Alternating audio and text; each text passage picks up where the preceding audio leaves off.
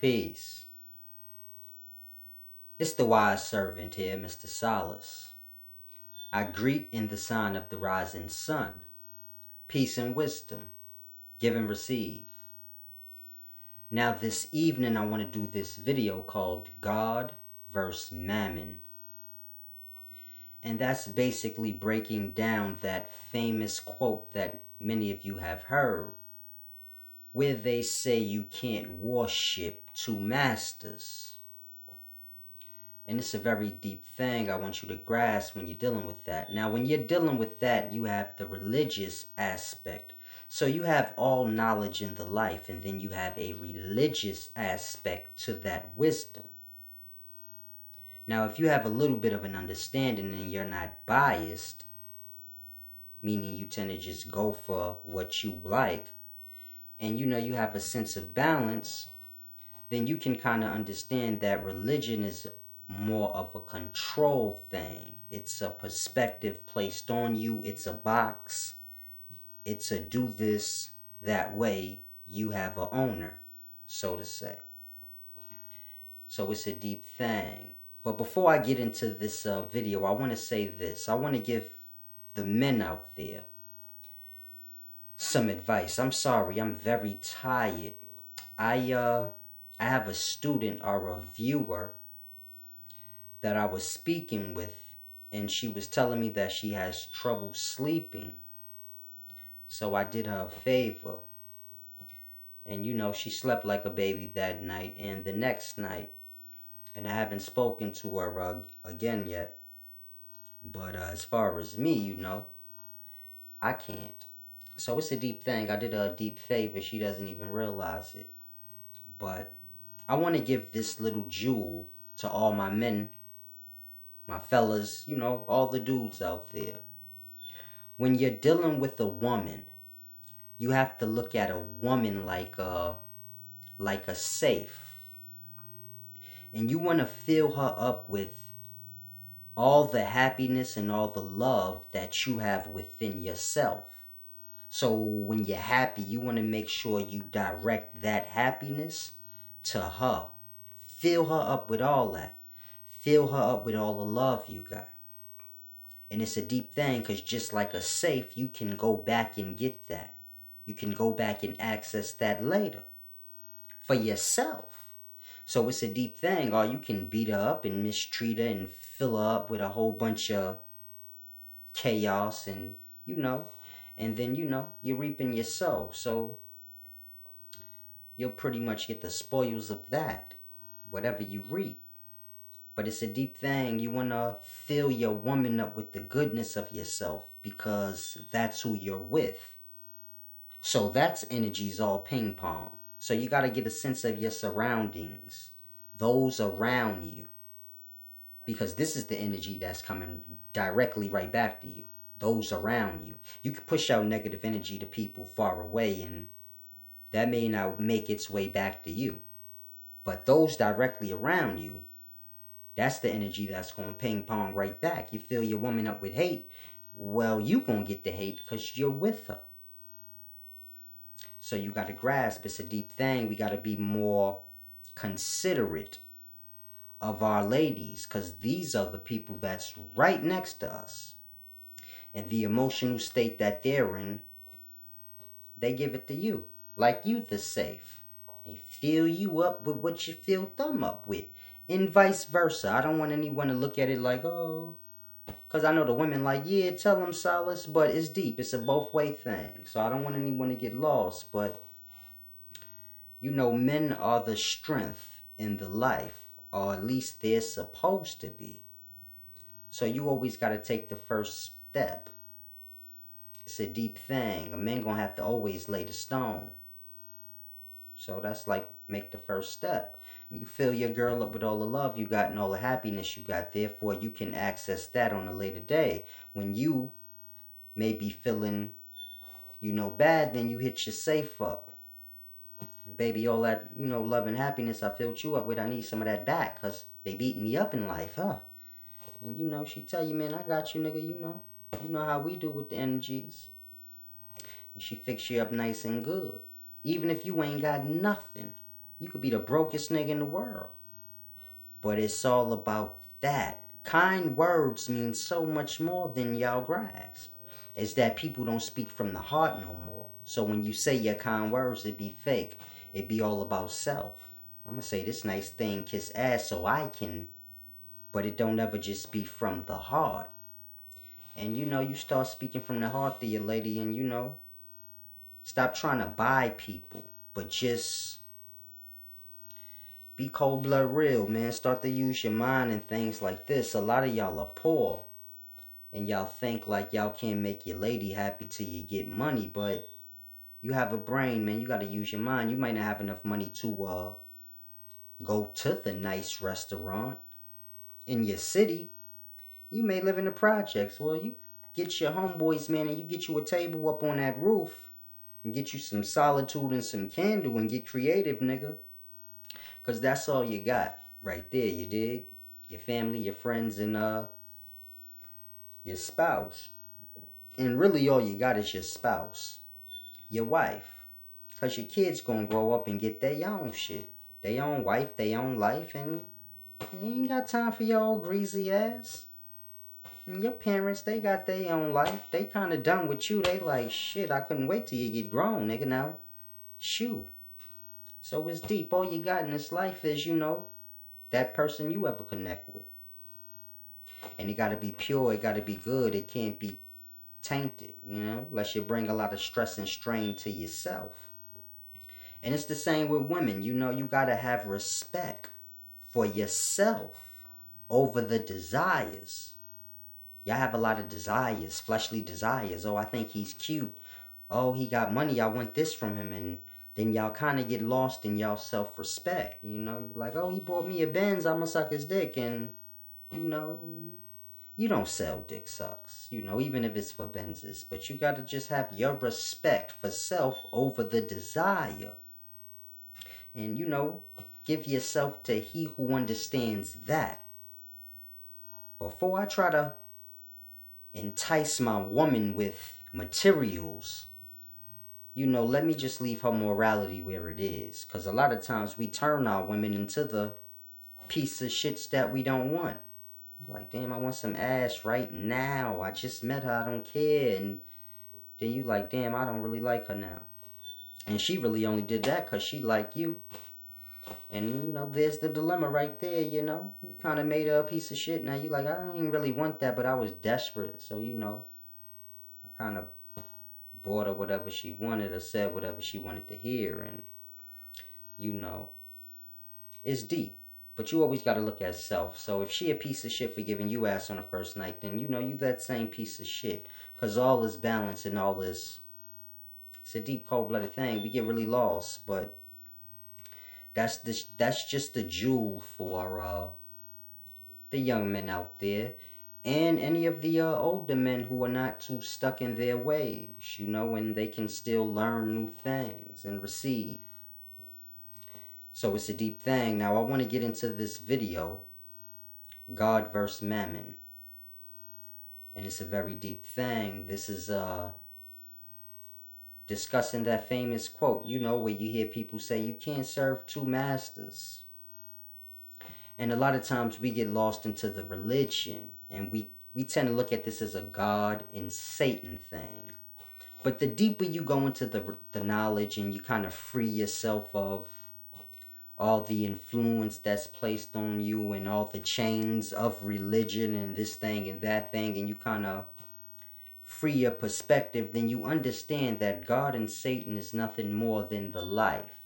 And the life is a duality, a two-sided coin. So life is a coin. And every living thing you see in the life is the same. A coin. And two sides. The duality. And when you're dealing with religion, you get God and Satan. The monster and the good.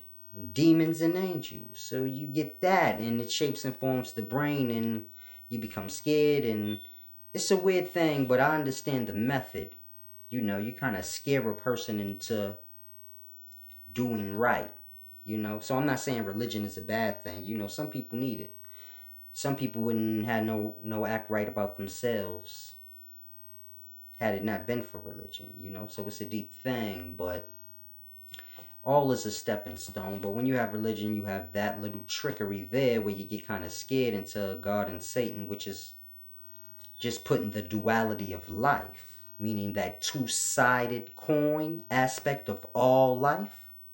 Well, that was just put into that perspective. So the duality was just put into God and Satan in a religious aspect, because religion is about, conditioning and controlling the people. So you need a monster and a savior. And when you're dealing with the duality of life, you can always have that, good and bad, dark and light. So life is nothing more than just a duality, positive, negative, God, Satan, light, dark, everything we have, male, female, all the different things we have, it's all one thing, but we have language, so we word things. And in a sense, this takes away, because then we don't see everything in the life as the one thing it truly is, which is basically the duality, the two-sided coin. If you religious minded and you completely lost into that at this point, God and Satan. But it all got to do with every aspect of the life. So you are a being, you are a reflection of this life that you're in. Therefore, you and yourself, you are two-sided coin, so to say. The God, the Satan, the positive, the negative, etc., etc. And then you take on one aspect of the duality in a sense as well, meaning you're the masculine aspect. You can correlate that to the light aspect or the dark aspect or whatever side of duality you want to split everything in a life down to. So you kind of split life down into the duality, and you have opposites, good, bad, night, dark, and so on. Light, dark, so on and so forth. Male, female, a coin, heads, tails, everything you could think of in life has the duality. And it's named and labeled however's fit for the generation of the time, so to say. But all it is that duality. And you can kind of split everything down the line and put everything on its side, whatever side of the coin it is. Now, when it's saying you can't serve two masters, God and Mammon, or however it's put, what that means is in the life we kind of flip-flop from both, being as though we're all the duality. So you'll have a religious person, they'll be religious and into Christianity, yet they'll listen to shoot 'em up bang bang music. They'll go clubbing the night before, then go to church, and then they'll justify their acts however they need to, so they can feel, better. And this is what I mean by we kind of flip-flop into that duality. Meaning the person will never say, yo, you know what, being as though I be going to the club on Saturday, then I wake up and go to church. And the day before I was getting drunk and shit, and now I'm in church. And instead of me doing that, I'm going to go clubbing. Ain't no point on me playing with God until I'm 100%. That won't happen. Neither will the reverse. Meaning the person won't say, yo, you know what, I ain't going clubbing no more. I'm giving up everything and I'm just going to stay in the church. That tends to happen after something bad happens and, they've exhausted indulging. Then they're like, I'm just going to be good because I don't have a choice. So it's a deep thing I want you to grasp. In life, we all kind of flip-flop through the duality, You'll say, I'm non-violent. I'm trying to be peaceful. But if someone curses you out or hits you, then you're like, no, that's different. I have to defend myself. But see how you flip-flopping within the balance, not even knowing it. You're flip-flopping on both sides of the coin, not even realizing it. When you say things like this and you think like this and you live like this, you don't realize that you're on both sides of the duality in everything we do. So everything we do in life is a choice. Am I going to be good or am I going to be bad? And everything kind of pans out into those two avenues. And we kind of flip flop from both. I'm gonna be good, but I want to do this, so I'll justify it. And the person that goes clubbing before they go to church, well, I'm just human, I ain't perfect. And it's all figured out in the mind how it needs to be adjusted. But in that, you truly get nowhere in life. So it doesn't matter if you're into religion, but be completely devoted to that. Don't flip flop around. Now, I don't want you to get lost and say, but I thought we supposed to be in the balance. You flip flopping around ain't got nothing to do with the balance. The balance got to do with divineness, where you don't have to indulge, but you just grasp both ends of the stick. You understand the transcending of the two. They're just one, and your good deeds will lead to bad, and your bad deeds will lead to good. So to have a child is a beautiful, good thing. And the child has life, and you keep the life multiplying. But in the same thing, the life is harsh. We feed on other life all around us, even one another. We kill each other, all types of things. The life is harsh. It's full of pain and hurt. You get your moments of pleasure, and you kind of hold on to those as much as you can, but the pain and the hurt kind of overpower. So people walk around with their baggage.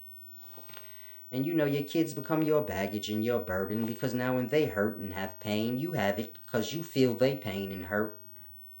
And then you already got your own hurt and pain. So you kind of triple and double your baggage in this life. So that's what I mean, Our good deeds transcend over in the bad. You have kids, there's nothing wrong with that. That's a beautiful thing, but in that beautiful thing, it's a deep thing. In all aspects of life is like that. So we indulge into the things that we like, the pleasures, the desires, and it's good. But you notice how it all in the end, it kind of leads to, your pain and detriment in the life. Your unstableness, it leads to this. The more friends you have, the more unstable you become, because they all kind of drain you. So it's deep. A person that has a lot of friends, all they want is a moment of peace. A person that don't have no friends, they want friends, but they're good though. They don't really have, that much chaos around them, because it's just them. So it's a deep thing we have to grasp. And when you're dealing with that, whether you heard that in the Bible or you just heard someone casually say that, you can't serve two masters. It's deeper than what y'all think with the good and bad or God and Satan, but it's in every aspect of the choices in the life you make. When you make your choices, you want to see like, okay, in my act, am I truly serving two masters? It's a deep thing you have to grasp. When you go to church, and then the next day, all right, while you're in church, you're talking about somebody. And the next day, you get you a bottle right after church, or whatever you may do. We don't look in depth at self and really truly look at self and say, yo, you know what? I'm full of shit. And really rip and strip self apart, break self down and say, yo, you know what? I gotta be real with self. And even if I don't get myself together, I can always get my thoughts together. See how deep that is? You may not be strong enough to shake your desires, but you can always know within your mind, yeah, I'm lost. Not saying you're lost and don't know, but saying you're lost and weak. I don't have the power to overpower my desires. But a lot of y'all are like flip-flop on both sides of the coin. Justify it. So it's a deep thing, you got to strip self apart, be real with self, That's the first step. And start noticing it. It's a lot of things y'all don't even notice. Y'all don't even notice that y'all are biased. This is how deep it gets. You talk to a person, you have to be balanced. People don't even know what that really truly means. They think like something else. Tell them, yo, you're biased. That means you're unbalanced. But they don't really grasp that they're biased. So many of you are Christians, Muslims. Many different things, comedic followers. Now, you didn't make any of this up, but you just heard of this. It was passed down to you. Generation to generation. You pass it down to your kids, but you didn't make it. You don't know any of the gods or things in these things, but you try to grasp as much as you can. And then y'all become biased against one another. So the Muslim acts like he made his texts and beliefs up, and he'll fight with the Christian will fight with him. They'll say, I'm right, you're right, and I'm wrong, and it's deep. It's like they're fighting as if they actually made this. They're so lost into the imbalances of being biased that they can't even see that they are both the same. You have religion placed here, and we are all born and seem to pick one or the other. Now, some kind of way in that happening, they become completely imbalanced and don't realize, hold on, both these things was here before me. So I ain't about to get too lost in the claiming and fighting and going crazy off things I don't even really know where they derive from. How do you get to that point where you don't even know where a thing derived from? It don't even make too much sense in itself. Yet you'll argue with, the Christian will argue with the Muslim and tell him Allah is, Jesus is God, and Allah, that's fake. Mind you, both these religions were here before you, your parents, those that predated them. If you get to the natives that was here, they never even heard of this nonsense. White man said, hey, you got to read this Bible so you can go to heaven. I said, what are you talking about? It's heaven already here. The fuck? That's why you came here.